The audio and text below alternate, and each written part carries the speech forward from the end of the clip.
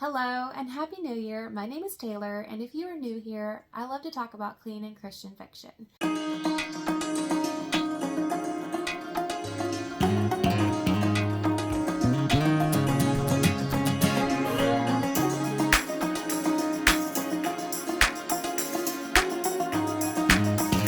In today's video, I want to share with you the books that I hope to get to in January. But before I do that, I really want to say a huge thank you to those of you who prayed for me and my family. If you didn't know, we ended up getting sick with the flu over the holidays. My 10-month-old got it first. He got it on the 21st, and then my 2-year-old, and then my husband a few days later. And by the grace of God, I did not get it until that Friday. It was a rough time, y'all. It was the sickest I've ever seen my kids. My 2-year-old, she is such a chatterbox. Can't stop her from talking.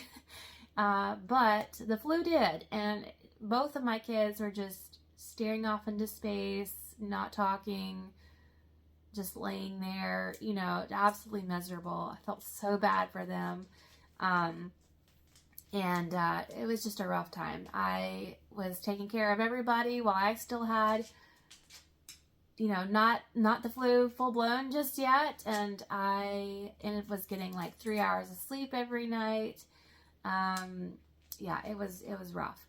And so all of us started feeling a little bit better on New Year's Eve. So thank God for that we started the new year feeling better. And the Lord was so good during this time, because even though we did not get to do our plans, we had wanted to go down to South Carolina. We're currently in Indiana, to be with our family for the holidays.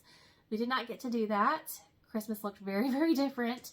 And the Lord was still good through it all, because I had been scrolling through my Facebook feed like 2 days before Christmas, and I saw someone from church. She was giving away clothes for boys and girls 0 to 6, and I was like, this in itself is a blessing from the Lord, because y'all, clothes up here are super expensive. Even like thrifted clothes, one pair of kids pants is like $3 or $4, and I'm like, this is a used piece of clothing. Why is this so expensive? I'm used to like in the South where you can get like a grocery bag of used clothes for $5. I still can't get over that. But anyways, I was like, please, if you don't have anybody else who wants these clothes, I will take it all from, my kid's age up until whatever you have. I will take it. And so she was like, are you going to be at church for the Christmas service? And I was like, no, we're sick with the flu. I'll have to let you know when we feel better so I can pick it up later. And she's graciously offered to give us Christmas dinner. And I felt so bad, because I was like, this is Christmas, the biggest holiday of the year other than Easter. I don't want to put anybody out on Christmas Day. And she's like, no, we have plenty.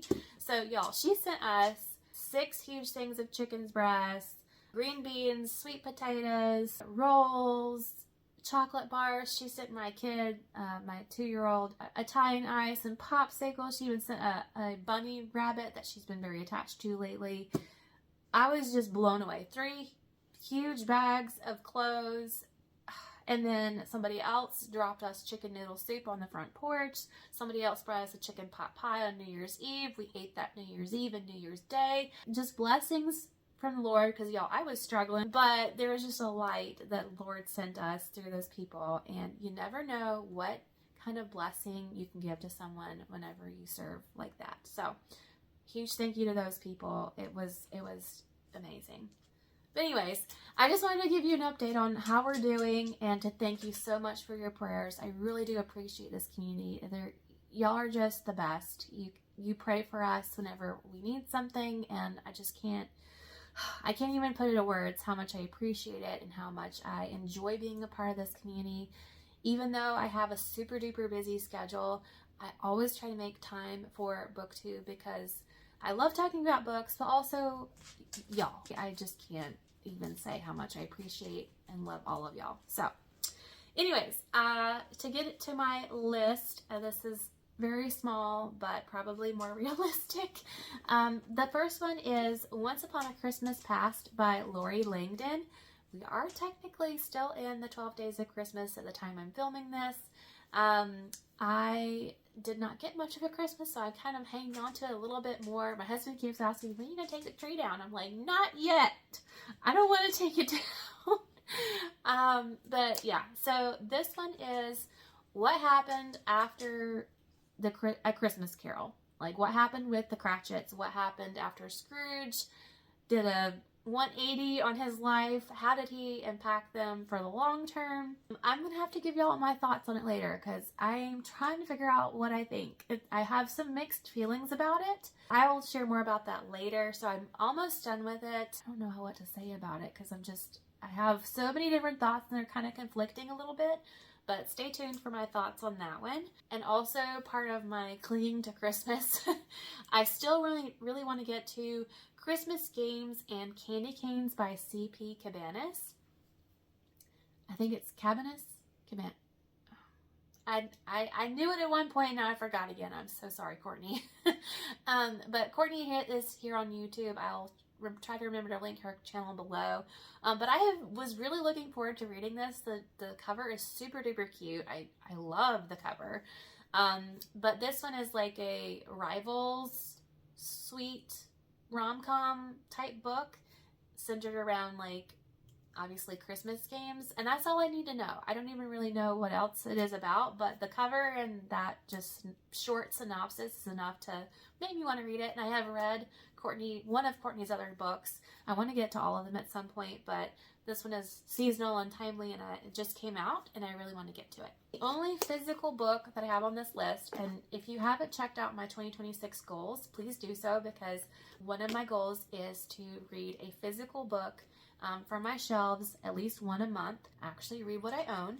And that book is 26 Below by Kimberly Woodhouse. This was a sweet gift from my friend Lauren from Intuitive Reading. I think it was a just because gift. I love those, like just surprise, like blessings. This one is by Kimberly Woodhouse. It is the first book in the Alaskan Cyber Hunters series. I have read Kimberly Woodhouse's other historical fiction books, so I have not read anything like this from her, which is I believe it's a contemporary romantic suspense. I'll just read you the tagline. A curse, a killer, a chill in the air, temps are dropping, and time is running out. The protagonists are trying to race to beat the clock because something happens whenever it gets 26 below. I just need to know. I've heard really good things about this series, and y'all, I am in the north now, and it be getting cold up here, and I never thought I would say that I may live in a place where I could conceivably be where it could be 26 below. I don't think it'll get that cold, but I can more accurately picture what that would feel like now that I am living in a place that has negative temperatures. So I'm a seasonal reader, and just the blue and the fact that this is set in a really cold place, I feel like this is perfect for January.